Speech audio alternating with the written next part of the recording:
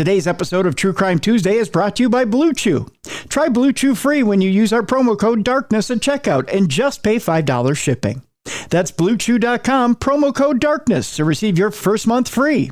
Visit BlueChew.com for more details and important safety information. And we thank Blue Chew for sponsoring our podcast.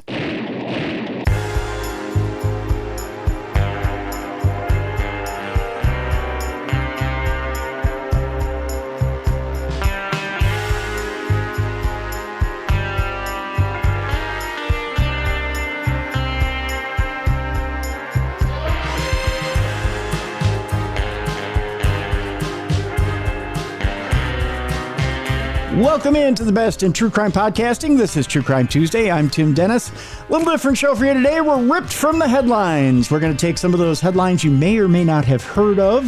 No, we're not going to cover the killer in Utah today. Sorry, that's been hashed over and over and over again in the headlines. We're going to take some headlines, some true crime headlines you may or may not have heard about or heard from. One of them has been circulating in the news quite a bit. We'll cover that one. It's a little too sexy for your radio. Or is it? It might be a little too gross for your radio or your listening device. That's a not safe for work one we'll cover here in just a moment. So ripped from the headlines, dumb crime, stupid criminals today.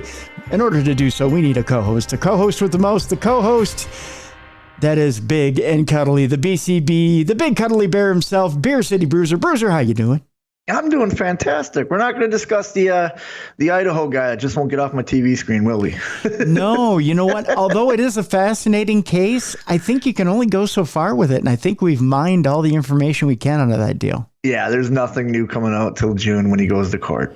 You know, now when we're going over the stop on the side of the road and we're just constantly going over the state of his eyebrows at the stop. Yeah, exactly. I think we've mined that thing. We've mined that sucker too much. Yeah, when he first got caught, I was really obsessed with this because I love serial killers and I've just been fascinated by them. Mm-hmm. And it's to the point now, there's no new information coming out. It's like, all right, guys, find a new story to latch onto. We need that next big thing. Yeah. There was a story out there that I thought about digging up today that said he might have had access to the WSU crime lab. And I thought, no, you know what? That it'd be obvious if he was doing some student teaching that he would have had access to the crime lab. Exactly. He was a teacher's assistant. He had access to everything. Yeah, so that's a little too obvious for words. Instead, we're going to rip from the headlines. We're going to do some stuff you might not have heard of. And there's some chilling crimes out there that we're going to cover today. Bruiser, should we jump into it? Yeah, let's jump into it. Let's see how chilling we can get. And then we'll lighten up at the end. That's right. Then we lighten up with the second half of the program with dumb crimes, stupid criminals. California man is accused of killing and dismembering his girlfriend and hiding her remains in an orchard. Ooh, yeah. I want to do that. Yeah, we go to Fresno, California. A 22-year-old man was arrested in connection with the brutal slaying and dismemberment of his 24-year-old girlfriend. On Monday, January 9th at approximately 10 p.m., Fresno County Sheriff's deputies responded to a home on South Hayes Avenue near Raisin City to a report of domestic violence. Their deputies were reportedly met by Cameron Wright. Upon further investigation, the sheriff's office said investigators developed evidence that he committed a murder. Approximately 2 miles from the home, deputies reportedly found the dismembered body of Wright's girlfriend, Samantha Sharp, in an orchard. Detectives and the sheriff's office crime scene unit responded to the scene and gathered evidence from the slaying. According to the sheriff's office, although the coroner's office believes the victim to be Sharp, they still have to formally confirm her identity. Wright was arrested for homicide, according to the sheriff's office. The sheriff's office did not disclose how the victim died. That's sad that that's happening, but I don't get why people try to dismember people now to hide murders with DNA evidence out there and all the groundbreaking radar and the cadaver dogs, like all that. It's hard to hide a body nowadays. It is. You're going to get found. It is. And through advanced forensics, it's pretty hard to hide the way you did the body or how you murdered the body. And then, yeah, there's not a lot of ways to hide the crime you did. No, I was told by a forensic specialist that the minute you step into a room, there's evidence that you were there. whether you think there is or not. No matter how much you try to hide it, you can't hide everything. There's still evidence that you were in that room. So imagine committing a murder, especially a violent murder. You can clean up all you want. There's still going to be evidence that you were in there. Yeah. Yeah. Scary stuff, I tell you. And then hiding in an orchard, that I get maybe why he did it, but there's still picking season. Like, you still have to go to that orchard to get stuff. Right. And there's, well, and here's the thing, you're in California. It's not like you have a really harsh winter to hide the evidence of what you've done. There's no decay. There's no weathering. There's nothing like that. Although they've had some pretty bad floods in Northern California. This is Fresno. So it's not like, you know, you've got real bad weather to hide the details of what's going on with the body. Yeah, exactly. Yeah. And not to get real gruesome about it, but that's just the way it is.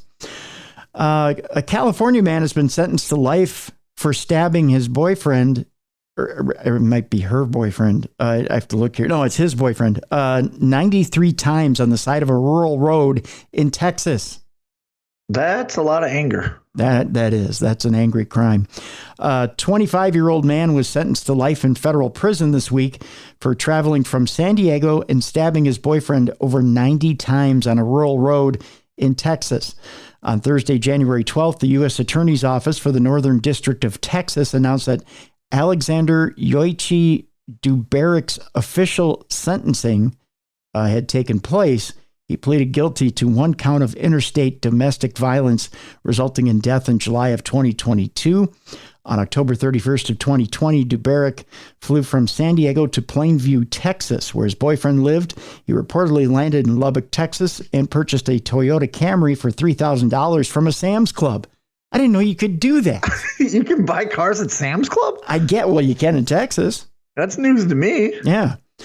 He then went to a local Walmart, which had to be next door, I got to think, because Sam's Club and Walmart aren't far away from each other. No. Why not just buy whatever you're going to buy at Walmart at Sam's Club? Well, you'd have to buy the knives in bulk. Oh, he bought the knife there. Okay. Yeah. Okay. He then went to a local Walmart, purchased a knife, a hatchet, a gas can, a collapsible shovel, a headlamp, a change of clothing, boots, and personal hygiene items, and a first aid kit. You would so basically he bought a murder kit. He bought a murder kit, and you would think the cashier would have figured it out. Yeah. Yeah. After purchasing the items, Dubarik then drove to his 30-year-old boyfriend's home and stabbed him 93 times on the side of a rural farm road before dumping his body. According to the attorney's office, prosecutors said Dubarik told his boyfriend's family that he wanted to take him out to dinner and spend the night at a local hotel. Well, it didn't go the way he had said. Yeah. U.S. Attorney Leah Simonton said this defendant looked his boyfriend's family in the eyes and described the date night he had planned for the two of them. But instead of providing a romantic evening, he carried out a sadistic, premeditated plan to take the life of a 30-year-old man and callously dispose of his body. Following the fatal stabbing of Chad Luera, Dubarik reportedly fled to Houston and sold the car he used in the stabbing to someone outside an auto auction. So this man had an amazing way of finding and getting rid of cars. Yeah. I wonder if he made a profit. Hey, I'll sell you this car for $5,000. That's an amazing thing to wonder there, Bruiser. I wonder other things too, like what preempted this, but I'm assuming it'll come on later in the story. You know, I don't think they're covering the story how much he resold the car for. I don't think it's covered here. Investigators searched the vehicle and reportedly found blood in the back seat that matched Luera's. Dubarik remained at large for about 5 months, but eventually turned himself into San Diego law enforcement on March 18th of 2021. According to the attorney's office, as he was being booked into jail, Dubarik was questioned about a tattoo of his boyfriend's name on his ring finger, and he answered that it was the name of the person that he had killed. Oh, geez. Well, that pretty much is an admission right there. Yeah. During the sentencing, the victim's aunt reportedly said after viciously attacking him, the defendant left this wonderful human life who he reportedly loved and wanted to marry on the side of the road like yesterday's trash, like his life didn't matter, to bleed to death. Oh God. Well, yeah, 93 stab wounds. You're not going to live from that. No. The victim's aunt continued, why would he extinguish a light that shone so brightly for so many? Why didn't he just stay in California and move on with his life? It's a very good question. That's for sure. Yeah. Yeah, because he boarded a plane, bought the car, bought the murder kit. Like he was there to murder that guy. Yeah, without question. Without question. We move on. I wonder if he turned himself in because of the guilt and anxiety. Because it reminds me of like Edgar Allan Poe's Telltale Heart. Remember how the guy kills him and he buries him under the floorboards, but his heart keeps beating. So the anxiety and the guilt is what makes him turn himself in. I wonder if this guy went through that. That's why he turned himself in. I don't think so. You know what I think it is I think he just planned on doing it. And then immediately afterwards went, you know what?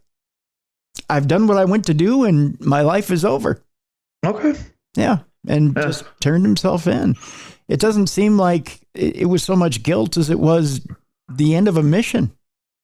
Yeah, that's true. I didn't think of it that way. You know? It was very mission oriented the way he put it all together. Yeah, that's true. I mean, it was very premeditated. If there was guilt, it would have happened in the moment, but it was very premeditated. Yeah. There was a lot of planning involved. So I don't think guilt is an issue here. No. I see it now. Yeah. Yeah, not at all. Let's move on. A family friend convicted of intentionally setting a Florida woman on fire. That's where we're going now, to Volusia County, Florida. A man was sentenced to life in prison this week for killing a friend in 2017 whose property he lived on. On August 27th of 2017, Tracy Adams was set on fire and ran into her DeLand home where her children were and yelled the suspect, Bernard Thomas, quote unquote, tried to kill me, according to the Florida State Attorney's Office for the 7th Judicial Circuit. Investigators responded to the scene and reportedly concluded that a bottle of gasoline was thrown at Adams while she sat inside her vehicle. Oh, that's a terrible way to go. Yeah, it is. Adams' vehicle was engulfed in flames, and the fire spread to the roof of her residence, according to the attorney's office. Thomas reportedly shot Adams in the shoulder, but she ultimately died from complications due to the burn injuries. According to the attorney's office, Thomas lived in a gazebo in Adams's property for approximately a year and was a close friend of the family. That's close friend in quotes, by the way. Bruiser. Yeah. Investigators identified Thomas as a suspect by using cell phone tower mapping, the attorney's office went on to say. He allegedly called Adams more than 30 times over a 7-day period, but no calls were made to the victim after the incident. On January 12th, the attorney's office announced that a jury found Thomas guilty on first-degree murder, first-degree arson of dwelling, and first-degree arson of occupied vehicle. Thomas also reportedly pleaded guilty to possession of a firearm by a felon. The attorney's office said he was sentenced to life in prison for the first-degree murder charge and 30 years for arson. State Attorney R.J. Lariza said in a statement, the brutal nature of this crime shocks me. This murder was an act of a depraved and vicious man. His cruelty knows no bounds. That's one of my biggest fears, is being burned alive. Just a horrible way to go. Yeah, that is. Yeah. I have a couple of quick notes as far as that goes, being burned alive. Yeah. My mom's brother actually burned up in an incinerator when he was a child. They were playing around an incinerator and he got locked inside of it and burned up. That's terrifying. Just terrifying. Yeah, that's terrifying. And then the second one being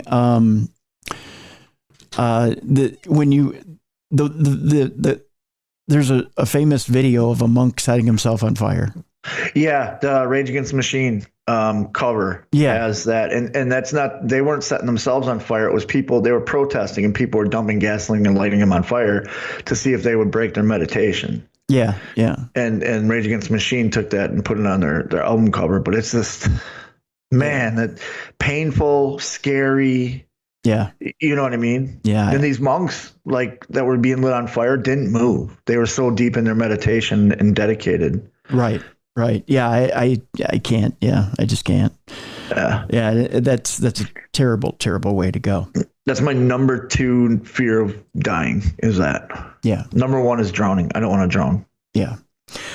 This story, Bruiser, qualifies as the second largest story of the week, next to, and the one that has gone viral on the internet, next to our killer in Utah. This is the time in the program where if you're listening around small children, you want to turn your listening device down or put in headphones. And we'll give you a couple of seconds here to do so. We'll go 5, 4, 3, 2, and then we'll play this. Ladies and gentlemen, we got him. That actual sound from Tennessee, the actual sound bite from Tennessee, the Laverne Police Department is where that sound clip comes from, because there's 6 we got 'ems. And it was probably shouted from one female police officer. Boy, is there a mess in the Laverne Police Department, Bruiser. There's a huge mess right now. I don't think they have any police left, do they? No. And not because they're all hurt in the line of duty, let's say. Well, they might have been. Someone took a shot, but that's one way of putting it. There's a huge mess, but it may be in the break room. 5 officers were fired as a sex scandal roils a Tennessee police department. That's right. Yeah. This is an exciting police department to work for. I guess. Boy, there are memes aplenty on this deal. There sure is. You can't go across social media without seeing the memes. An investigation found the officers participated in Girls Gone Wild style parties, heavy drinking, and having sex while on duty. 3 others were suspended without pay. Now, to give you an idea, the Laverne Police Department in Tennessee has 60 employees. So chances are, if you work for the Laverne Police Department, 1/5 of you were having fun. Yep. I want to say 10% of them are having a good time. Well, more than 10%. 66. Yeah, you're right. Yeah. You're right. 1/5 of you were having fun. 1/5, yeah. Yep. Tennessee Police Department was in turmoil this past week following allegations that at least 5 of its male officers had sex with a female officer both on and off the job. Now, here's the kicker, Bruiser. Okay. It wasn't the males forcing themselves on the female. No, it was the female. She was the instigator, I guess you could say. Yeah. So far, 5 officers have been fired and 3 more have been suspended without pay as officials in the Nashville suburb of Laverne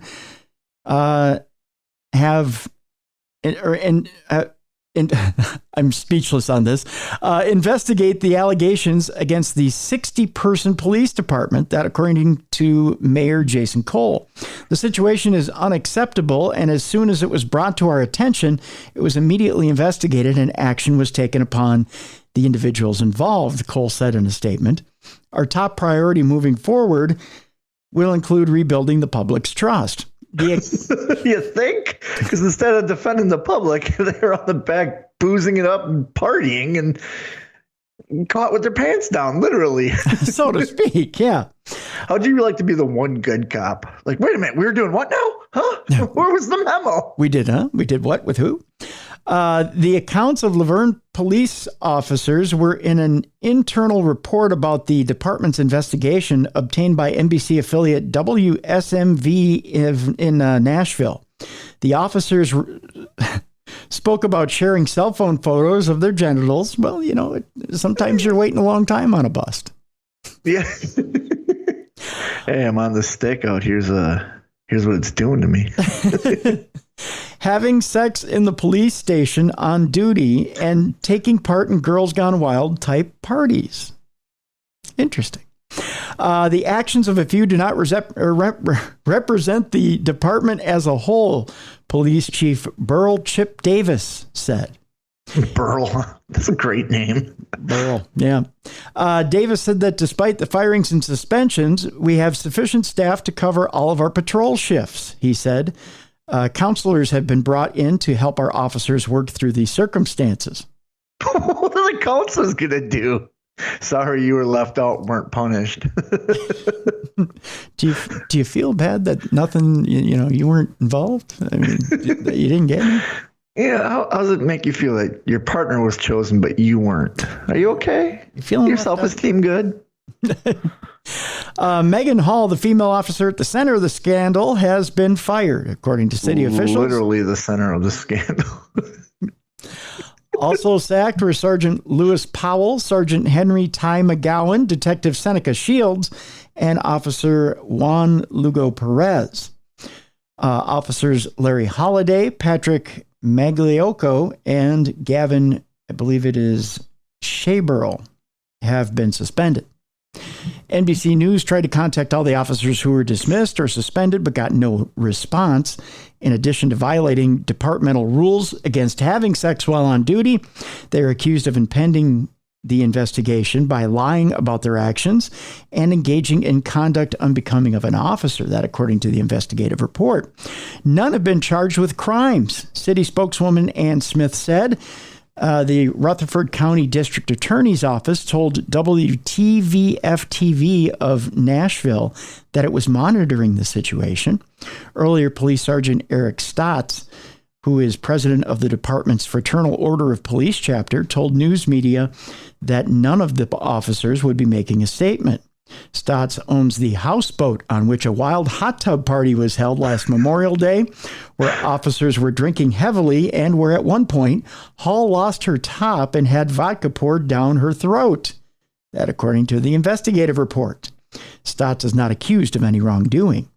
City officials had launched an investigation December 12th after a police sergeant informed Cole that Hall was having intimate relationships with fellow officers, according to a report obtained by WSMV that lays out what is alleged to have happened in graphic detail.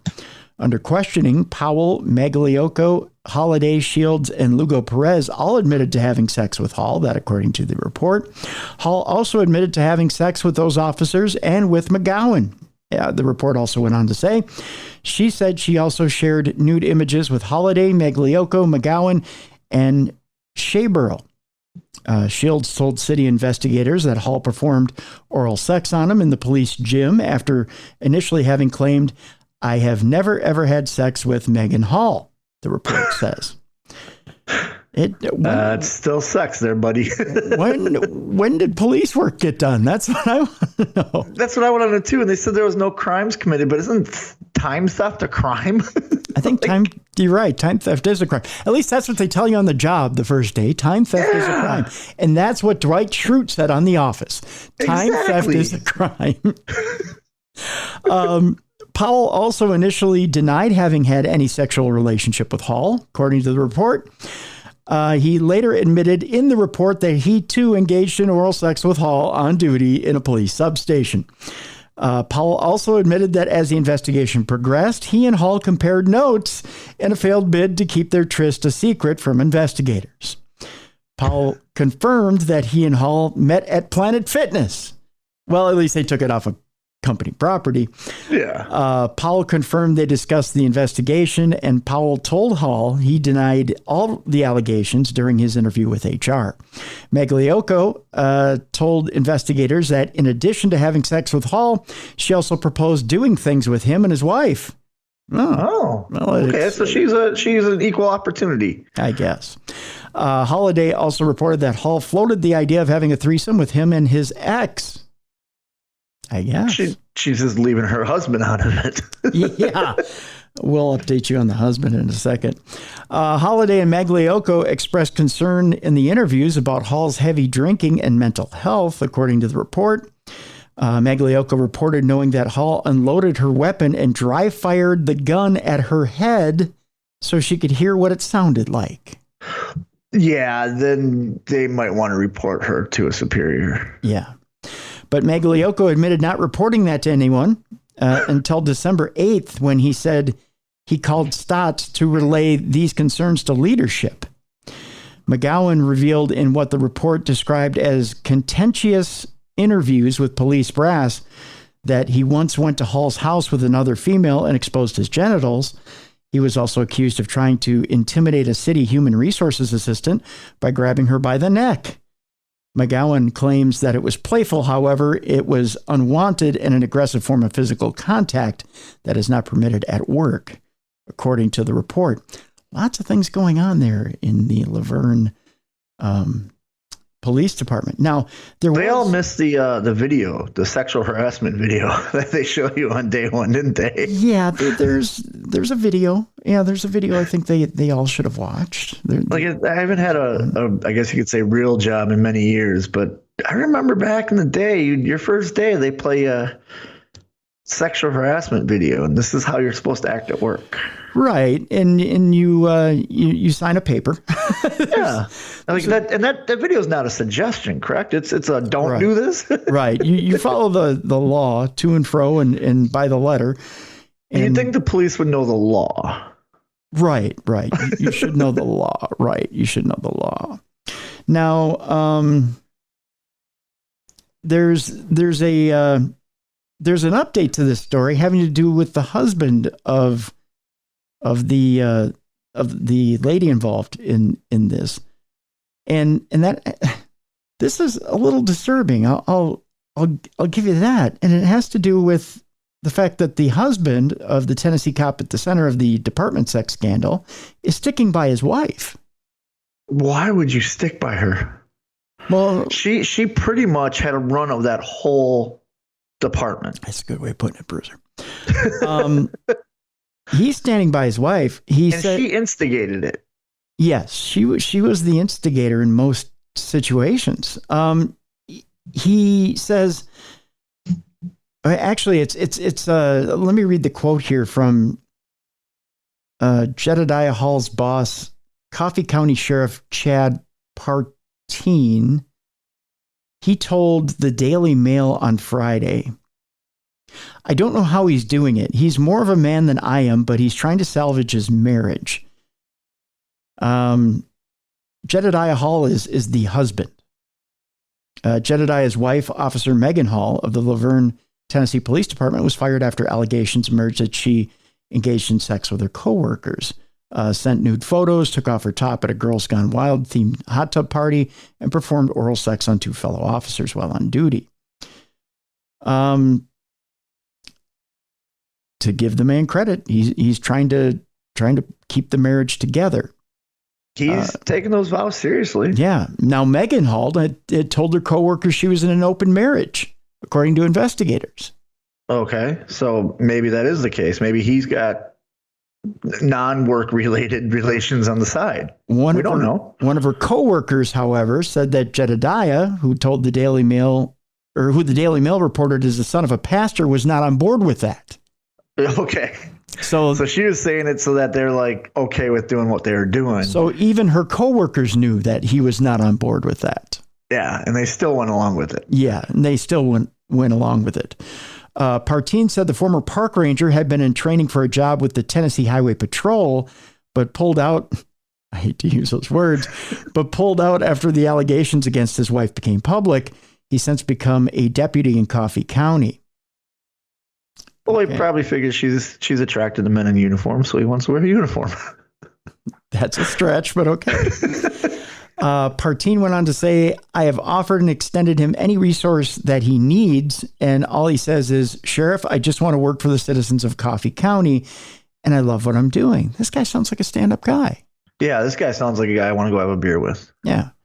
He says, "I don't condone what went on at the Laverne Police Department, but he sure hasn't broken any laws. He's the victim here. There's not a blemish on his record. He's doing a phenomenal job," Partine went on to add.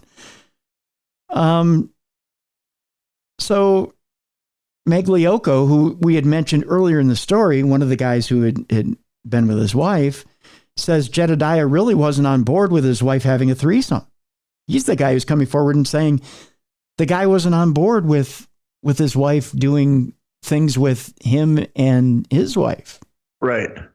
And, so obviously it got out that his wife was cheating on him and he wasn't with it.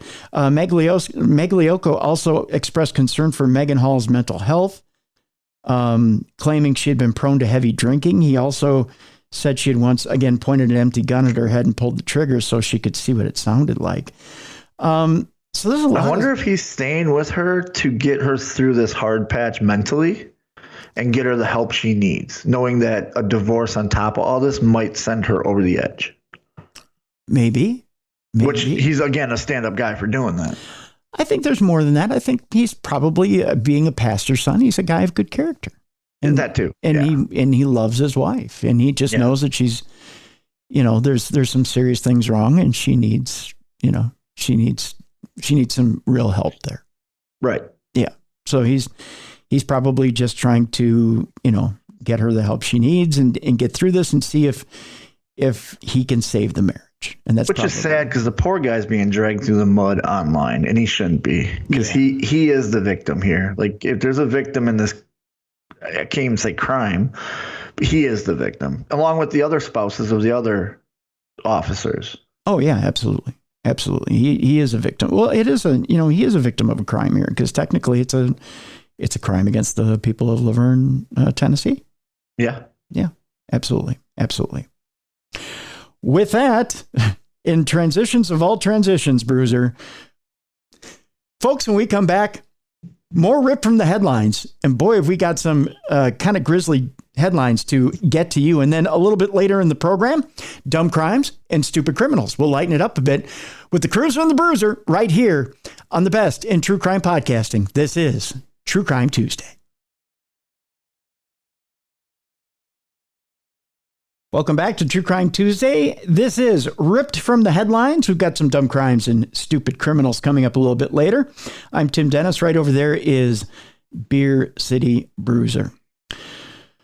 Bruiser, a little bit more grisly headlines to head to, and then we'll tackle dumb crimes and stupid criminals here in just a bit.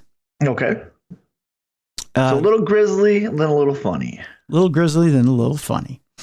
We are going to Columbia, Missouri, my friend, where this one is just grisly as grisly can get. I lived about 15 minutes from there. Did you? Where'd you live? Yeah, I lived in Eldon, which is right around that area. I believe it's Columbia County is what Eldon's in. Okay, yep. Some remains have been found in a burn pit outside a home as police conduct a welfare check for a missing college student. A 20-year-old woman was arrested after police found human remains inside a burn pit while conducting a welfare check. According to the Columbia Police Department, on Tuesday, January 10th at approximately 5:30 p.m., officers from the University of Missouri Police Department were dispatched to Hudson Hall on campus to check on the welfare of a missing student. During the investigation, officers went to the 2400 block of Bentley Court and located unidentifiable human remains. Police said the circumstances these remains were found in appeared to be suspicious. University of Missouri Police called the Columbia Police Department to the scene to conduct a homicide investigation. Detectives identified Emma Adams as a suspect and arrested her for second-degree murder, armed criminal action, tampering with physical evidence, and abandonment of a corpse. Columbia police said they could not positively identify the victim, but they have a good idea of who the victim is. The victim was referred to as John Doe as police wait to inform his next of kin. According to the Columbia Missourian, the missing student reportedly took an Uber on Monday, January 9th, and police obtained information about where he went, which is how they arrived at the residence on Bentley Court. The probable cause statement cited by the Columbia Missourian says the victim's body was smoldering and detectives smelled burnt flesh. Oh, that's a disgusting, disgusting smell. I don't know if you've ever smelt it before, but I have. Ugh. Not good. As an officer arrested Adams and asked her who was in the pit, she allegedly said something to the effect of, "He was beating me." Oh, geez. Yeah.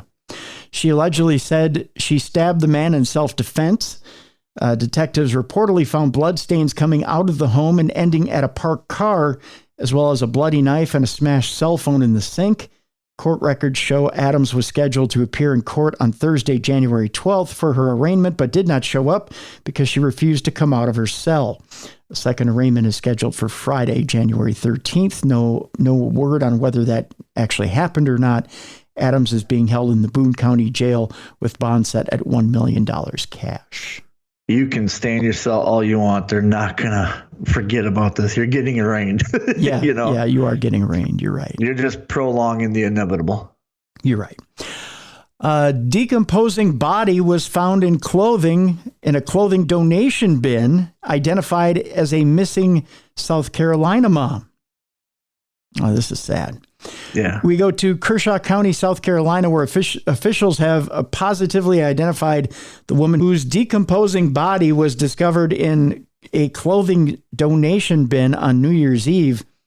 On December 31st, deputies from the Kershaw County Sheriff's Office were called to a metal bin at 850 Highway 1 between Lugoff Toyota and Camden West Inn after a citizen reported noticing a foul smell. Well, that's the worst as well.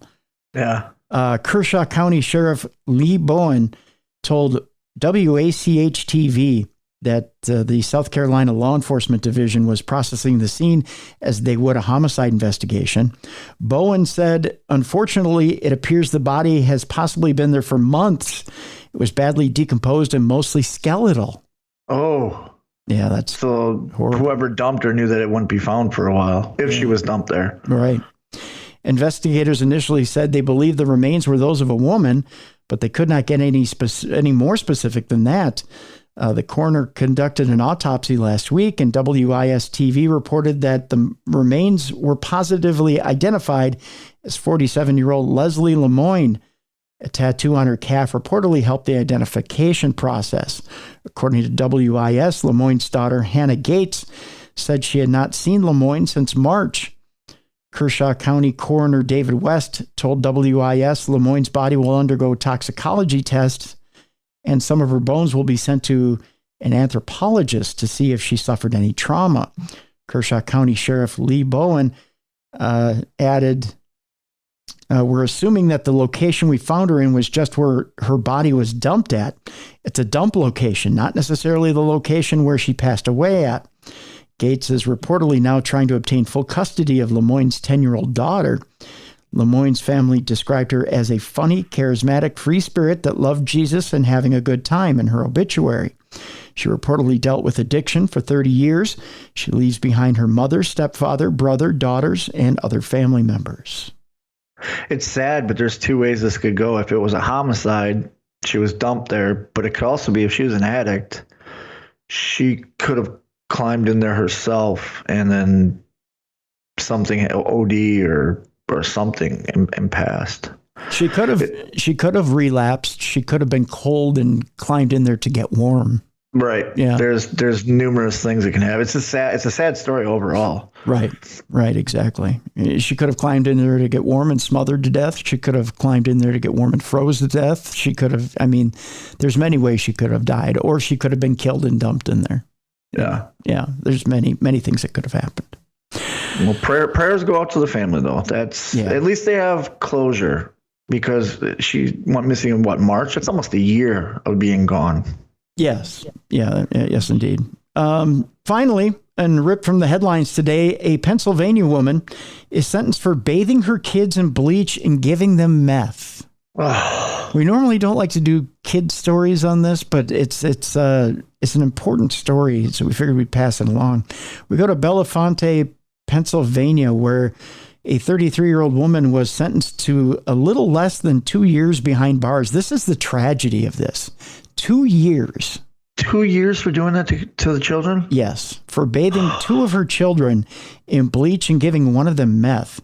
The Center Daily Times reports a judge handed Tara Allman a sentence of 11.5 to 23.5 months in the Center County Correctional Facility, with 5 months of time served. So she's already served 5 months of this.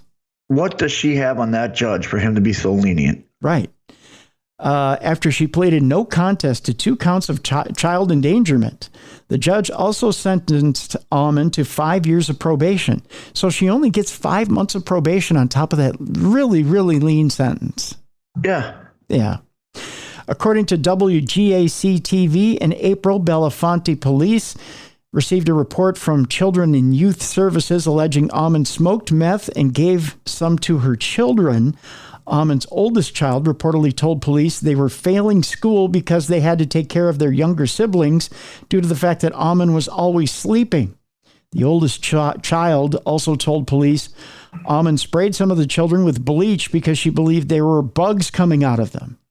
Well, that's the meth. Yeah.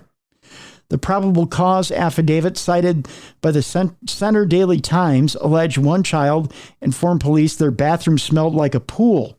Another child reportedly became addicted to meth. Oh, geez. Yeah. See, that's wrong. These are innocent children. Right. You know, I understand that meth is an addiction and the mother had an addiction, but somebody on the outside had to have seen that she had an addiction. Take those kids away. Right. During her sentencing, Amon's children and 2 adults sat in the courtroom and provided written statements. One child said they have a lifetime of trust issues. I don't doubt that at all. But another said they are doing much better and got a chance at life that all kids deserve. Again, that sentence needs to be much heavier. Yeah, she needs to be punished. Yeah. And 11 and a half to 23 and a half months in a correctional facility with 5 months of time served and then 5 years of probation is just way too lenient. And hopefully they will never let her have another child and she will never see her children again. You would hope. You got to protect those kids. You would hope. You would hope. With that, we end on that heavy note so that we can take time right now to lighten it up. It's time now for Dumb Crimes and Stupid Criminals. It's Crayon News story time.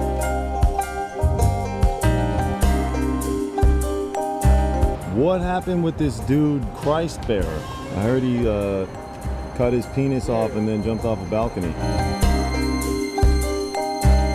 Suspect pulls gun from butt, shoots twice at Denver police. What is your emergency? I need help. And what's the problem? I'm too high. You're too high? Yeah. It's time now for Dumb Crimes and Stupid Criminals. I don't need to reintroduce them. We did it at the top of the show, but we do it along with the one and only, the cute and cuddly and quite dangerous when you get them within 4 ropes. The BCB, the Big Cuddly Bear, Beer City Bruiser. Hi, everybody. Bruiser, we start off today's Dumb Crimes, Stupid Criminals with a really dumb obituary. Oh, okay. So the person's already dead. Person's already dead from his crime. His crime was grisly and gruesome at that. But who he's being compared to is just stupid. Okay. Are you ready for this one? I'm ready. A bizarre obituary praises a Utah dad, Michael Haidt, who killed his wife and 5 kids, to a person he's definitely not like. Jesus, who do they compare him to? Jesus Christ himself. Jesus didn't murder anybody. Definitely not his wife and kids. Yeah. A glowing obituary for a Utah man who's suspected of killing his entire family in a murder-suicide plot said he made it to a point to spend quality time with each and every one of his children as an online fundraiser bizarrely replaces him with an image of Jesus in a family photo. So they consider murder-suicide as quality time with your kids. Okay, I missed that memo in parenting class. Or in Bible study. Yeah, I don't think my children want to spend time with me if I'm like, hey, guess what we're doing today? Right? Police believe that 42-year-old Michael Haidt gunned down his wife, 40-year-old Tasha Haidt, and their 3 daughters, ages 17, 12, and 7, and 2 sons, ages 7 and 4, on January 4th, 2 weeks after she had filed for divorce. Also, it's not the kid's fault. If she's getting divorced and you're angry at her, don't take it on the kids. You shouldn't murder anybody, but, you know. Well, thou shalt not kill, I believe, is a huge thing in the Bible. I mean, big thing. Yeah, I believe it's also a huge commandment. I don't know. But yeah, that shouldn't probably mix with, like, I don't know, a picture of Jesus. And if they're comparing him to Jesus, isn't committing suicide like a huge no-no, according to the Bible? Well, in the Catholic Church. Okay, it's just Catholic. Okay, right, okay. Right. Also killed in the Enoch City massacre was his mother-in-law, 78-year-old Gail Earl. And depending on whose opinion it is, yeah, that might not mix in so well, or it may. I don't know. I'd be upset if my mother-in-law died. Some people love their mother-in-laws. Other people, not so much. I love my mother-in-law. She's fantastic. There you go. And I mean that seriously. I'm not joking. Like, right. It's serious. Yep. But an obit published in the Spectrum did not mention the killings and painted an angelic picture of the shooter, saying he excelled at everything he did after graduating from high school in 1998 as a sterling scholar in business. He achieved the rank of Eagle Scout, the tone-deaf piece went on to say. What that has to do with the price of tea in China, we don't know. Michael spent the summer after graduation working in Alaska in a fish processing plant. His leadership skills, values of honest hard work, and determination quickly led him to be a line manager and over a crew of 10 to 12 men, the obituary went on to say. Michael was called and served a full-time mission to Porto Alegre South, Brazil, for the Church of Jesus Christ of Latter-day Saints, the obit continued. So he's Mormon. Gotcha. Haidt was said to have had met his future wife during their time at Southern Utah University, where he was named the Outstanding Finance Student. They were married in the St. George Temple on May 10th of 2003. Together, they welcomed 5 children into their family: Macy Lynn, Briley Ann, Ammon Michael, Sienna Bell, and Gavin Drew, the obit went on to say. It also continues, each of these children were truly a cherished miracle to them. It added, Michael made it a point to spend quality time with each and every one of his children. Michael enjoyed making memories with the family. It also said the dad lived a life of service. Whether it was serving in the church or in the community, he was willing to help with whatever was needed, the obit read. Meanwhile, a GoFundMe account was set up by the family, bizarrely replacing Haidt with Jesus in a family photo. Jeez. The fundraiser, which doesn't mention Haidt, had raised almost $95,000. It had raised almost $95,000 by Monday morning. Now, is that for the family or for him? The fundraiser was for the family, but the fundraiser didn't mention Haidt. It probably should have mentioned, this is for the family that was gunned down by the father. Right. The only thing that obituary was missing was that he was an avid lover of guns or something like that, for that little tongue in cheek. You know what I mean? Right. Now, here's another kicker. In the obituary, or rather, this is the page, the GoFundMe page. It reads, "Their lives were tragically taken so soon, or too soon. All who knew them love them so very much," the page reads, adding that the donations will go towards funeral expenses and a memorial fund in honor of the 5 kids. So it seems on the up and up. Shannon Watts, an activist against gun violence and founder of Moms Demand Action, condemned the fawning obit and shared a link to it on Twitter, while pointing out that none of the obituary comments mention the victims, and they don't. The activist also shared a link to the family statement, which supported owning firearms. And if that's not gross enough, the wife's family put out a statement supporting guns. This is the type of loss that we will continue to occur in families, communities, and this nation when protective arms are no longer accessible, Watts seethed. Now, I will put out, this isn't the opinion of True Crime Tuesday. Right. Okay. We don't side on either side of this debate. Right. That's the wording of the article. The eyebrow-raising obit published by the mortuary was later made private. Enoch Mayor Jeffrey Chestnut said police were still investigating the motive for the murder-suicide, but that they were aware that court records showed Tasha filed for divorce on December 21st. Tasha's sister-in-law, Jenny Earl, told the Associated Press that Michael had removed all guns from the home before the shootings. She said the lack of access to firearms left Tasha Haidt, her mother, and her children more vulnerable. Police said they had investigated Michael before, suggesting previous problems inside the household. A sad story indeed, but man, to go to that extreme. I want to know who wrote the obituary. Had to be a complete idiot. Well, it had to be someone within the church. Yeah. Yeah. I mean, I get turned the other cheek, but in this instance, like, you don't see Ted Bundy or Jeffrey Dahmer or John Wayne Gacy getting an obit that says how great they are. You know what I mean? Right. This guy murdered his whole family. Yeah. The fact of the matter is the man is a murderer. I mean, no matter how he did it, he's a murderer. So it just to compare him to Jesus is Sickening. Jesus didn't murder anybody. Jesus helped people. Jesus healed people. Right. Meanwhile, on the other side of the religious spectrum,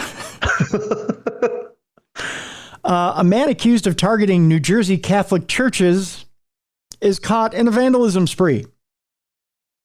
And it's quite interesting. Just the quotes at the end of this story, it's not that he got caught in a vandalism spree. Yeah. It's the quote at the end of it that'll make you laugh. Okay. This is what I found funny. Okay. Police say the suspect carried out the spree at 3 churches in Gloucester and Camden counties in New Jersey. We go to Woodbury, New Jersey, where a suspected vandal targeted 3 Catholic churches in South Jersey in just a matter of minutes on Friday morning. Authorities say 40-year-old Peter Ciroli broke a window and set fires in 2 of the attacks. He was arrested on multiple counts, including arson, criminal mischief, bias intimidation, desecration of sacred objects, and weapons charges.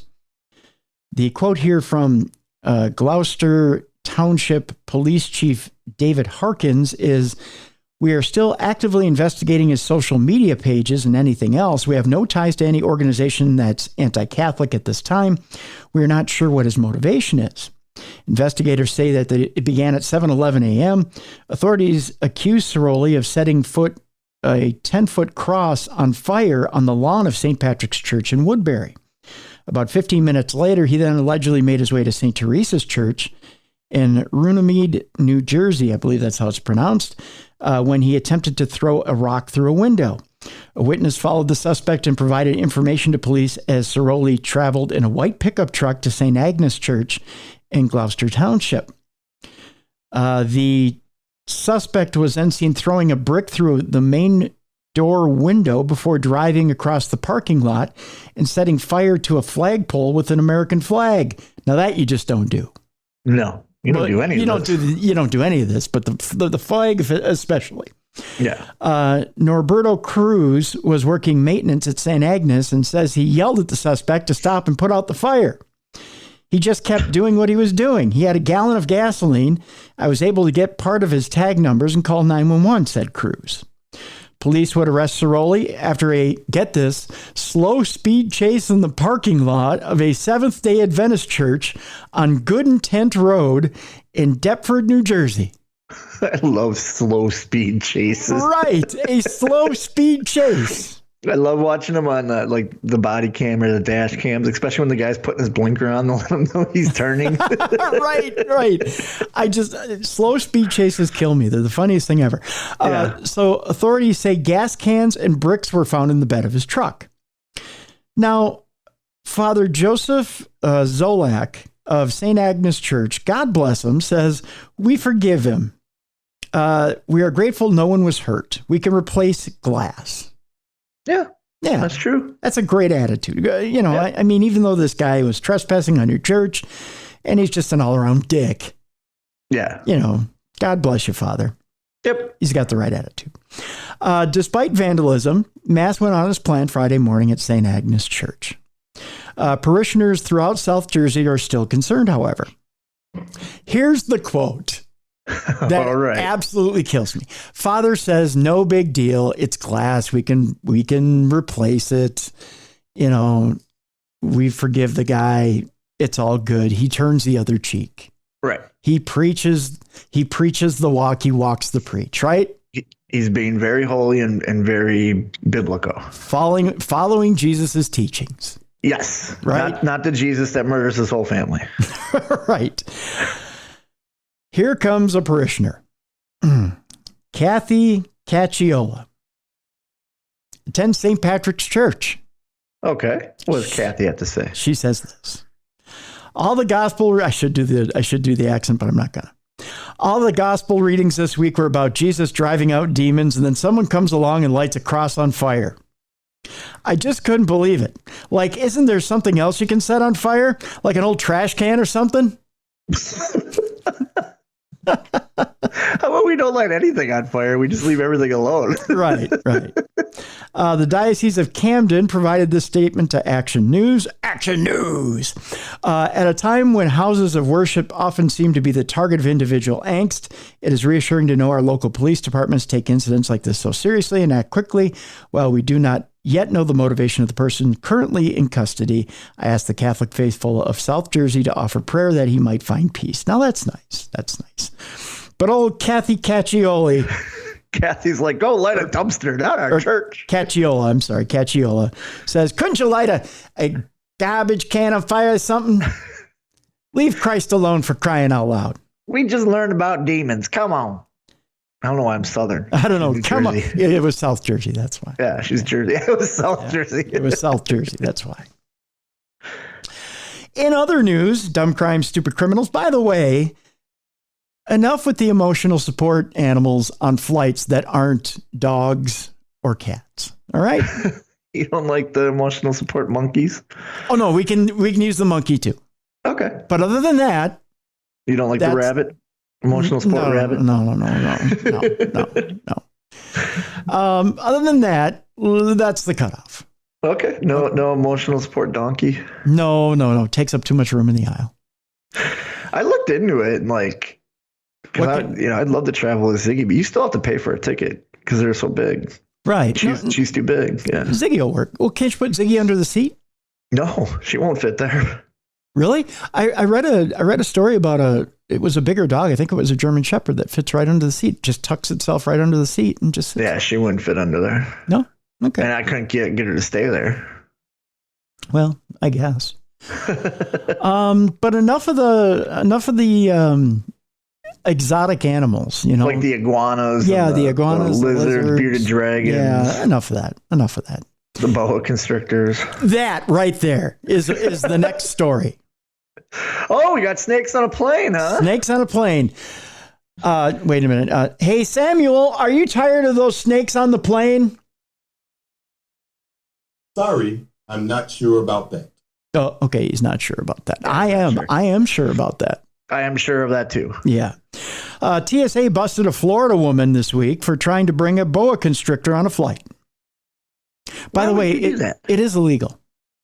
I figured. Yeah, you can't do that. Because the boa constrictor can give you a hug when you're not feeling safe, Bruiser. Or it could hug you because it's hungry and wants to eat you. Well, there's that too. Florida woman who tried bringing a huge snake through airport security said it was her emotional support animal. It didn't have a vest on it? It didn't. No, it's funny. You can't get that vest around the boa. No, you can't. You can't get it to stay in one spot. No, it just doesn't.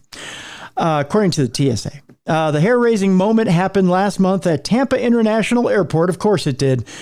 During a security screening, TSA spokesperson Leah Farbstein confirmed on Twitter an X-ray photo. Oh, good God. Shows she put it through the X-ray machine? She did, Come yes. on. Yeah. Shows the 4-foot-long boa constrictor named Bartholomew curl up inside his owner's carry-on bag, among other belongings. Okay, I got my khakis, I got my polos, got my workout clothes, Bartholomew set. Okay, let's go. Snake on a plane, she tweeted. Woman claimed the snake was her emotional support pet. TSA notified. It helps with her anxiety. No. Take a gummy. TSA notified the airline, which ruled that there was not going to be a snake on their plane. Or as they put it, I'm not going to have no mother effing snake on this mother effing plane. Mm-hmm. TSA went out of the way to hire Samuel L. Jackson for 5 minutes just to walk up to this woman and say that. And they said, Samuel, tell me there's not going to be a mother effing snake on this mother effing plane. And he's not listening. He turned me off just now. Take a look. That's what it looks like, Bruiser. Oh, yeah, that's a snake. When you put a boa constrictor in your carry-on. That had to be terrible because if the person doing the X-ray doesn't know it's a snake, but it looks like something that isn't supposed to be in there. Oh, that somebody else has to open that up. Yep, they know that's a snake. I'll tell you that much. Okay, so here it is, Tim. You and I work in TSA. Mm-hmm. You're on the X-ray machine. Yep. You see that. Mm-hmm. I'm the guy that has to search the bag. Do you tell me you saw a snake, or you just tell me I need to search the bag? Oh, F yeah, I tell you that's a snake. I'm like, you don't want me to open it and find out myself and freak out? Bruiser, snake on lane 1. Do your best Jake Roberts impression. Because, I mean, that'd be pretty funny. You're like, hey, I need this bag checked. Oh, what am I looking for? You'll know. Snake. Big snake. Huge snake. About a 4-footer. At that point, I see if any of the animal guys from like the Tonight Show are around, because I'm not taking that deal on. No. I mean, I wouldn't mind. I can handle a boa constrictor. They're fine. It's just I need to know it's there before I do anything. But how do you know it's a boa constrictor? I mean, you don't. That's the whole thing. Like I'm saying, like you don't know what it is. Yeah, I mean, an Instagram post from TSA said airlines don't allow these slithering reptiles to travel in carry-on bags. Officials did note, however, that only a few allow them to slither around in checked bags if packaged correctly. How do you package a snake correctly? I take it it's not peanuts and other things. Yeah, probably cages. Even then, most U.S. airlines have banned emotional support animals and only allow certain qualified service animals depending on the policy.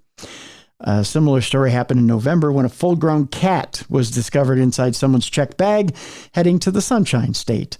And then there was an actual snakes on a plane moment back in October where a snake somehow slithered into the cabin of a flight leaving Florida. Needless to say, some passengers were screaming at that point. So that would freak me out if I'm just sitting there and I feel something slide by my feet. Yeah. Yep. Let's move on, shall we? Bruiser, I got to ask you this. If you and Mrs. Bruiser were tooling around North Carolina there and suddenly you were attacked by a carjacker, what's the first weapon at your disposal in your car? That I can grab? Yeah. I still have an ice brush in an ice scraper ice brush. Yeah, good one. I have one of the extendable kinds. Yep. I still have it. We don't need it down here, but I still have it. Okay. So I can just reach back and grab that. Good weapon. I think Mrs. Bruiser in her car has a bat. Yeah, I have a bat. I have a bat in mine. Yeah, she has our daughter's old softball bat. And I think that's just because in the movie we just never moved it. Yep. I have a bat and I have a golf club. I have a driver. I go Jack Nicholson on the bit. A little Jack Nicholson action. I got these guns right here. Yeah, you do. You got everything you need right there. Right there. These two 23-inch pythons. Yep. I don't even know how big my arms are. Big. I also have my grandfather, God rest his soul. He was a Maple Grove reserve officer. Okay. So I do have his taser. Okay. So I've got a police grade taser in my van as well. Mrs. Bruiser's got a pair of pink brass knuckles. Oh, there you go. That's good to have. Plus, I have her. I don't know anybody wants to cross her. No, nobody wants to take on Mrs. Bruiser. That's for sure. Yeah. Well, one New Orleans man had an original weapon. Okay. A tasty weapon at that. Really? Yeah. One I would carjack him just for the weapon. Like a pie? Well, that's a good one. Or some birthday cake. You and I always talk about birthday cake. Oh, birthday cake. I get one now once a month. I would think about carjacking Corey over at Jelly Bean and Julia just for some ribs or for some brisket. This weekend we went to Hillbillies and I had some brisket. Did ya? Melt in your mouth brisket. I actually stopped at Jelly Bean and Julia's twice this weekend in the same day. Yeah. Well, I had to have my playoff food, and they're not open for lunch on Sundays. Right. So I went in Saturday after my shift at KNSI and I got my playoff food. Yep. And then a buddy came over on Saturday night. We went over there for dinner. Okay. Yeah. So we went for a late dinner, early dinner, late lunch. And I almost got the all you can eat brisket, but I knew I'd kill myself because the brisket's so good. Oh yeah. Yeah. $22 all you can eat brisket. Really? Yeah. I'm coming to your neck of the woods. Oh, $22 for all you can eat brisket. Yeah.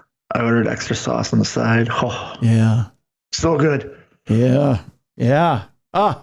Anyways, New Orleans. We're in New Orleans. What a superhero. This incredible moment where a New Orleans man fought off a carjacker with a pot of gumbo.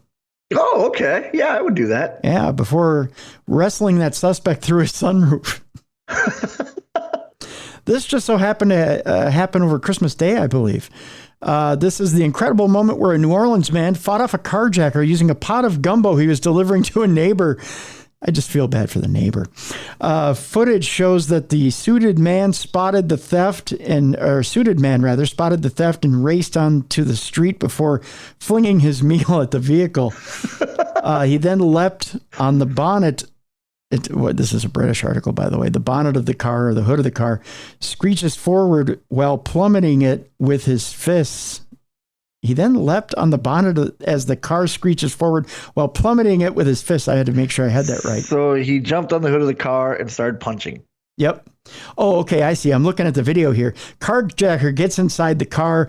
The guy in the suit has the pot of gumbo and throws it at the hood of the car, and then jumps onto the hood and then tries to get onto the windshield and get in through the sunroof to get his car back. It's pretty interesting. As the red car continues to inch forward, he manages to reach in through the sunroof and wrestles with the driver before hopping off of the car itself. The clip begins as the well-dressed man, who has not been named, exited his red SUV while the motor was still running. He walks up to his neighbor's house holding the gumbo and a drink as another car pulls up outside. Two men are seen in the other silver SUV as one hops out of the back seat and gets into the driver's seat of the victim's SUV. He then attempts to drive off, but is spotted by the man, who races across the sidewalk and jumps on the hood. The carjacker hits the gas, trying to mow the victim down twice before he tosses the pot of gumbo at the car thief. The man is seen climbing on the hood and wrestling the assailant through the sunroof as the car is moving. The victim then grabs the suspect's jacket before the carjacker jumps out of the red SUV and hops into the getaway before both assailants flee. The victim did not suffer any serious injuries and filed a police report online. He went online? Come on. Good Lord. Good police work out there in New Orleans. Yeah. I was nearly run over twice and reacted on instinct to protect myself and my property. What would you do in this situation? He told the news outlet. In hindsight, there were better decisions I could have made, but I am fed up with crime in our city. Amen. We expect our police and municipal leaders to do what is necessary to protect our citizens, he went on to say. Mike Kahn, a former New Orleans Police Department commander and security expert, said people may be frustrated with crime in the city, but warned about the dangers of putting matters into your own hands. Your adrenaline is going, but you have to think again. Most of these people doing these carjackings are armed, he said. He said, in a situation like this, get as much info as you can and get a good description of these perps and let them go. Again, it's property. It can be replaced. We have to get in the habit of, when we get out of a vehicle, take the key with you, Khan said.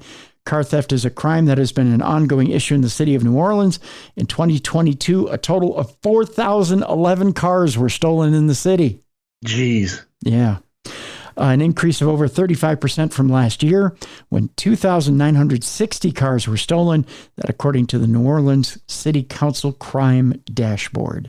And when they say crime dashboard, they got that dashboard from a car that they carjacked earlier in the year. And we have a new New Orleans vigilante, Captain Gumbo. That's right. That's right. In a totally misguided crime story, one man who will never be carjacked, a Texas man, allegedly pointed his gun at migrants and said he was doing it for America. Get out my country. It's for America. He's a little misguided. God, guns, and good old gumbo. Well, we're in Texas now. Yeah, we're in Texas. Yeah. Evidently, this man doesn't know that these migrants will probably be doing the jobs that he wouldn't ever do. Yeah, exactly. Yeah. Texas man is behind bars after he allegedly held multiple migrants at gunpoint on New Year's Eve, said he was doing it for America. Oh, dear God. It's my America. Let me see a green card. I'll let you go. Here's the kicker at the end of the story, Bruiser. Are you ready for this? Yep. 27-year-old Stephen Matthew Driscoll was taken into custody last Wednesday and charged with one count of each of aggravated assault with a deadly weapon, disorderly conduct, displaying a firearm, and evading arrest in a motor vehicle. Federal complaint filed in U.S. District Court for Western District of Texas also charged Driscoll with one count of being a felon in possession of a firearm. That's right. He was a stupid criminal doing it for America. In 2018, Driscoll was convicted of one count of aggravated assault with a deadly weapon. He's done this before, kids. Yeah. And sentenced to 3 years in a state prison. According to the press release from the El Paso Police Department, officers at approximately 10:34 p.m. on December 31st responded to a 911 call regarding an adult male allegedly harassing migrants. While on the line with the emergency dispatcher, the caller then stated that the man had a gun. Upon arriving at the scene, first responders searched the area but were unable to locate the suspect. A few hours later, at approximately 12:37 a.m. on January 1st, the same person called 911 a second time because this guy just couldn't get enough to report that they'd spotted the suspect driving a Chevy Silverado pickup truck near the Greyhound bus station at Santa Fe Street. Jesus, couldn't he just go home and sleep it off? No, he sent something back out of America. He's going back. He's protecting America. Well, he also allegedly pointed a handgun at several migrants. According to a copy of the federal complaint, Driscoll brandished the weapon at a warming station in downtown El Paso. Jesus. It was overheard saying that he was doing it for America. Before fleeing the scene in his vehicle, the chicken shit. Officers responded to the area and conducted a traffic stop on the vehicle identified by the 911 caller. The officers stopped the suspect's truck and asked the driver to exit the vehicle.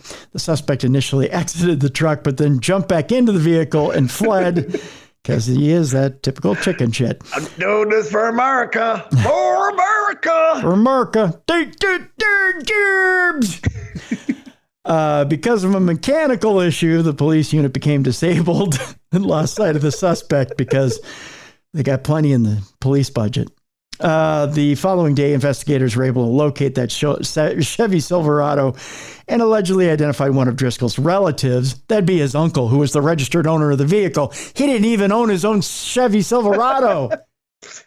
Hey, Unc, I need the Chevy. What do you need the Chevy for, boy? For America. For America, Uncle. For America. You take that Chevy, you make America proud, okay? You make us proud, boy. You make us proud. They went to the residence to go get him, by the way. Driscoll exited the residence and stated that he knew why the EPPD was there and that his uncle gave him that truck for work. He's off to work. He's a hard-working American. And I know why you boys are here. I ain't gonna fight you. I did it for America. I'm going in peacefully. I did it for America. I got away once. It turns out he wasn't so peaceful. He had a rifle. There was a rifle in the above-mentioned vehicle parked in the front of the residence in the street. He was lazy. He didn't even take the rifle in from the truck. So they said, we got you. Here's the firearm. Here's the truck. You're coming with us, buddy. And he went in. And that was about it. The EPPD did not immediately respond to a request for comment about the entire case. They just said... The uncle's like, boy, where's that rifle? Well, Uncle, I did it for America. I left it in the truck. Tomorrow, I'm going to do it for America. That's right. When Stephen Matthew Driscoll said, I did it for America, the El Paso Police Department said... Ladies and gentlemen, we got him. So that's how that went. Yeah. Yeah. Just a few stories left here in Dumb Crime, Stupid Criminals. A Yakima man shot up a Taco Bell for being closed. Well, at least nobody was hurt. I don't know about that. Evidently, the guy on the toilet who was trying to get rid of Taco Bell might have been. I know I got to close up this Taco Bell, but I got shit right now. I'm going to close up the bathroom. A Yakima man is under arrest for a drive-by shooting and threatening employees after police said he became enraged with a local Taco Bell for being closed and at the fact that they wouldn't serve him. He really wanted a Mexican pizza. Wait, is this a Ken Patera situation? This is a Ken Patera situation, yeah. Instead of a boulder, it was a gun. It was a gun. Yeah. The Taco Bell employees say they were closing the restaurant at First Street there in Yakima when a man in a flatbed Ford take a look at him and then took a shot. Drove up. It's a flatbed Ford, my Lord. He drove up to the window to order last Friday at approximately 2 a.m. After telling the man they were closed, the employee says the driver became immensely upset, screaming that he would break their windows if they didn't serve him food. He then said he was an Olympian and was just done with a wrestling deal. They say he then began pounding on the front doors of the restaurant, saying he was going to break in. This is a patera. This is 100% patera. A few minutes after he left, the employees say they saw the pickup parked nearby. As one of the employees began to drive away, they said they heard a single gunshot. The employees called 911 saying that the man was shooting at them. Police say they were quickly able to locate the pickup and detain the driver, 30-year-old David W. Sharp. He just wanted a Mexican pizza, damn it. They brought it back. Inside the truck, police say they found a Sig Sauer 9mm with a loaded magazine and bullet chambered in the center console, a loaded .22 pistol in a pocket just behind the driver's seat, and a Glock 9mm with an empty magazine in the rear passenger seat. He was loaded for bear. I was going to say, where is he going with all these weapons? Well, it's not like he's got, an AR or anything like that. No, they're normal weapons, but still, I'm going to go to the range, but first, got to get my Mexican pizza. Listen here, RoboCop. They're closed. Police say they found 2 spent 9mm casings on the front windshield, so he missed. And multiple shell casings or live bullet rounds in the center console.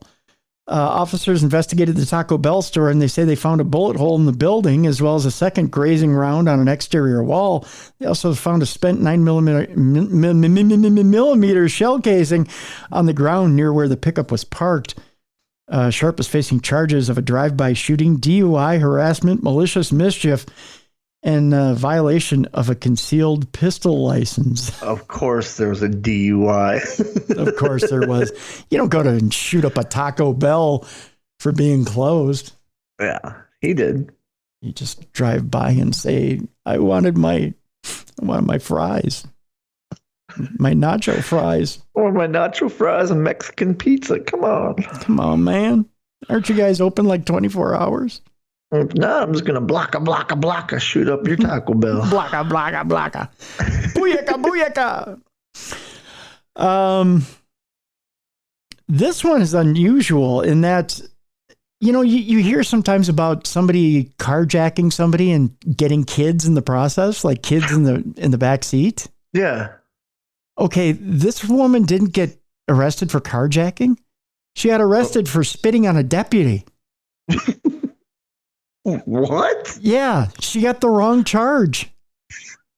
Deputy's like, I don't care about the car and the kids. You spit on me. There's COVID out there. Right. The deputy was so pissed off, he got her for spitting on her. Her spitting on him.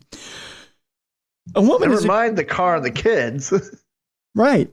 A woman is accused of kidnapping infant twins in a stolen car and pleads guilty to spitting on the deputy during her arrest. Well, that's because she did spit on the deputy. You can't prove she stole the car with the kids in it. No, they just got her with the car. But, you can't prove I took it. Can't prove it. You can prove the spitting because they can take DNA tests. But you can't prove she stole that car with the kids. She sounded confused when she pled guilty. Are you ready for this?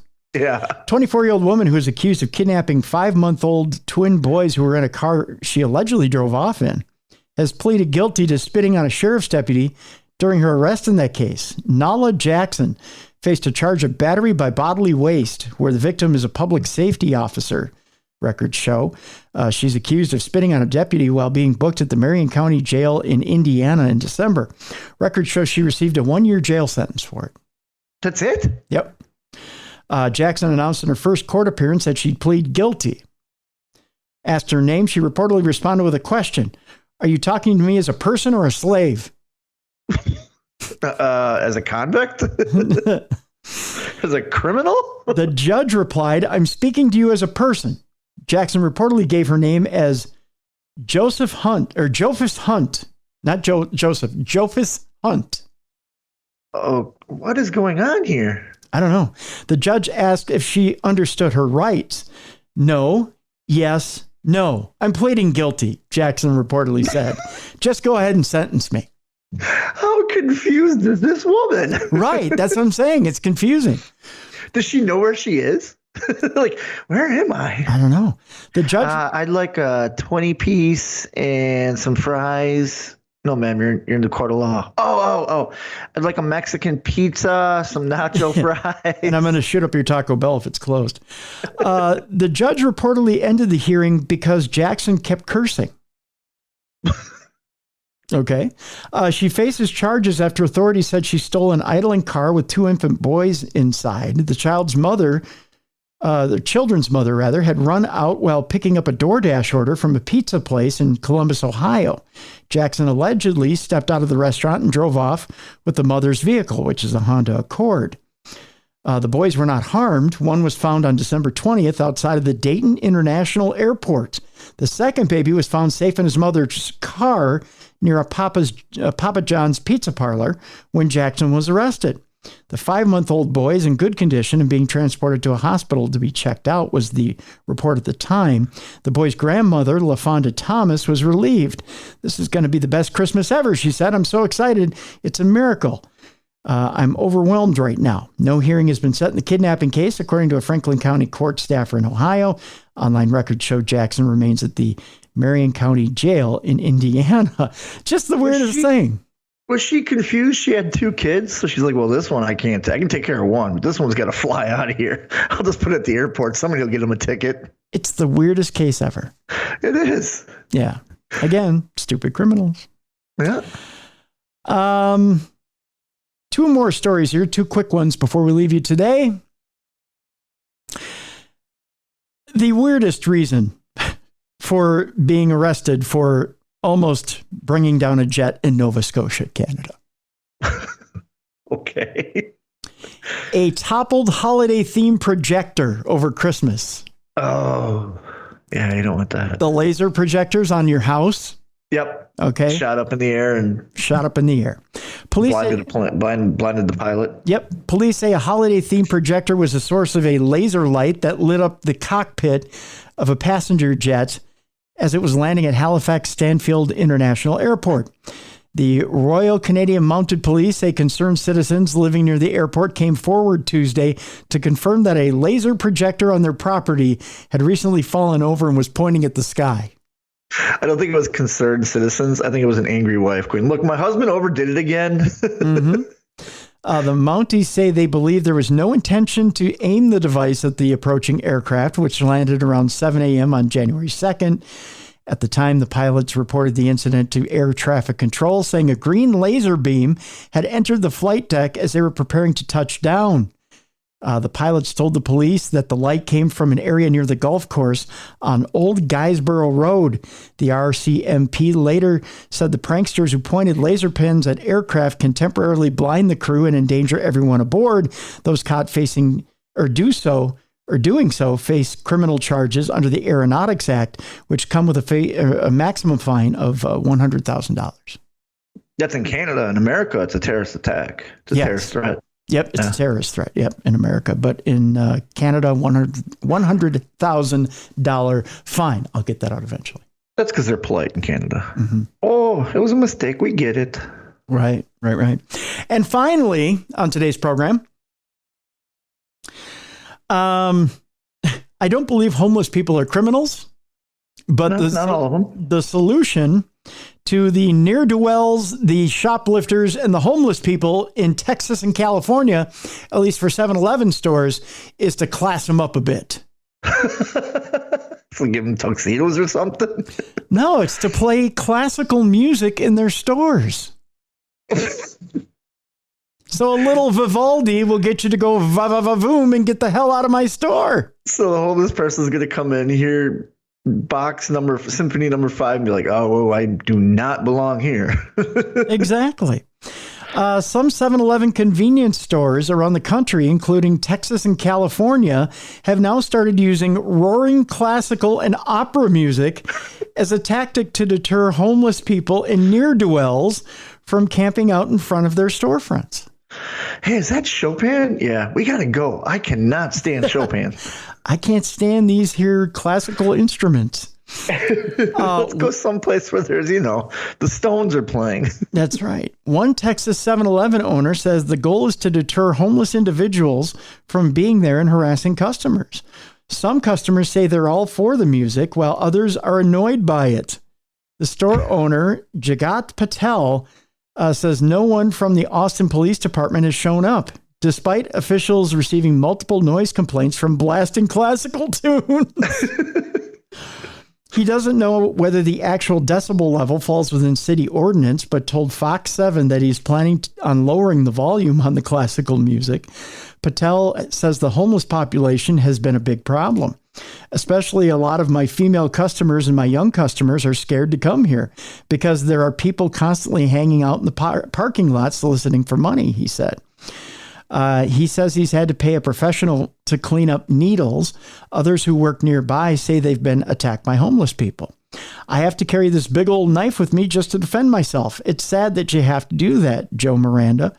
Joe Miranda sounds like a fake cop from the 50s, who works nearby, told Fox 7.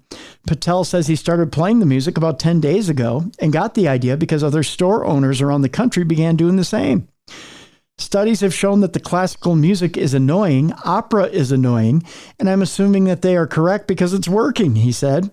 Since Patel and other businesses began playing classical and opera music, they've noticed a difference. Now, since they've had this music going on, we have less traffic down with the homeless out here, Miranda told Fox 7. Miranda says he thinks it's the right solution. It's helping out. It's not annoying to us because it doesn't bother us, but it bothers probably them because they're doing drugs, he said. It's true. You don't hear meth ads going, you know what? I'm going to smoke this bowl and I'm going to blast some Tchaikovsky. Yeah, let's do that. Yeah, I'm going to hang out and hit this meth and do some Chopin. Others disagree, calling the music obnoxious while going shopping and filling up their tanks with gas. I believe just talk to them and ask them not to hang around or not to live around, whatever. I think that's the best solution. Frederick Carter, who lives nearby, went on to say, he said he started going to another nearby 7-Eleven store that doesn't have music playing.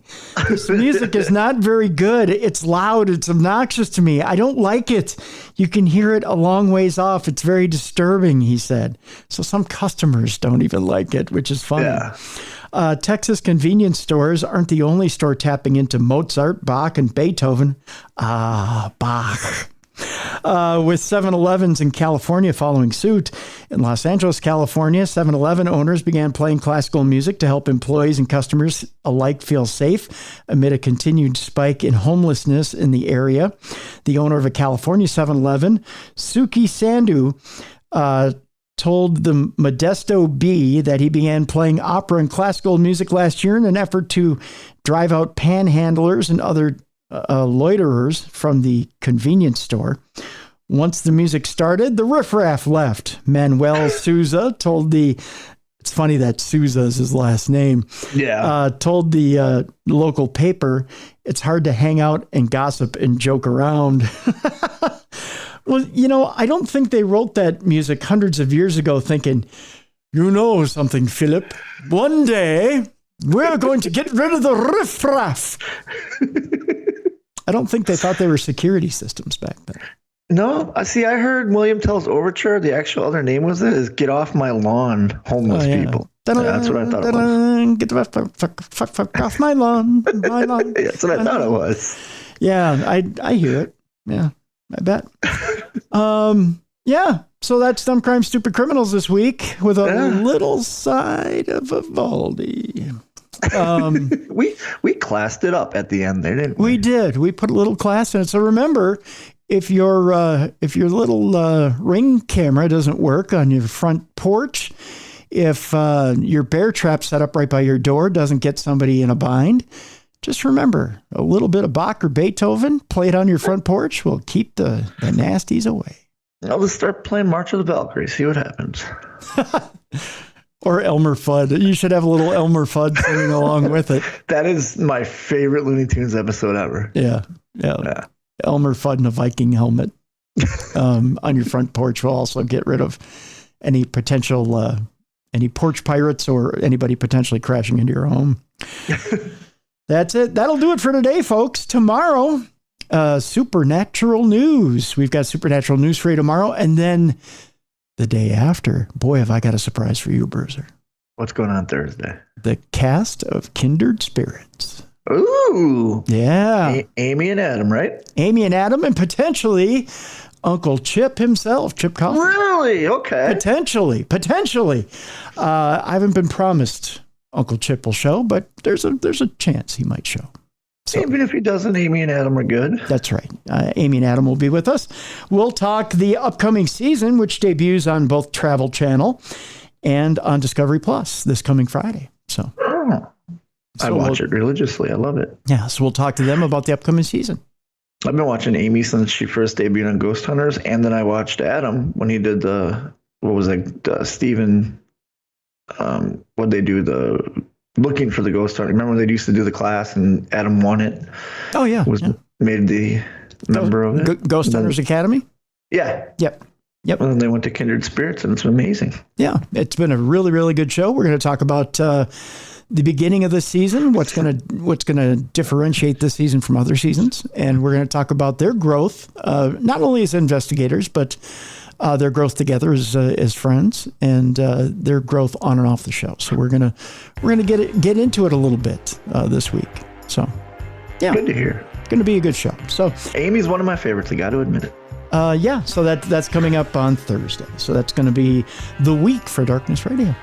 Nice. Yeah. Big week this week. So, and we got some big weeks coming up, both for True Crime Tuesday and for Darkness Radio. We want to thank you for so much for continuing to listen, and send us some suggestions for guests. Send us some suggestions of who you want to hear here on the show. If you have a favorite guest you want to hear here on the show, just send it to tim@darknessradio.com. If you have stories you want to hear, or if you have guests, or if you have anything you want to hear on the show, tim@darknessradio.com.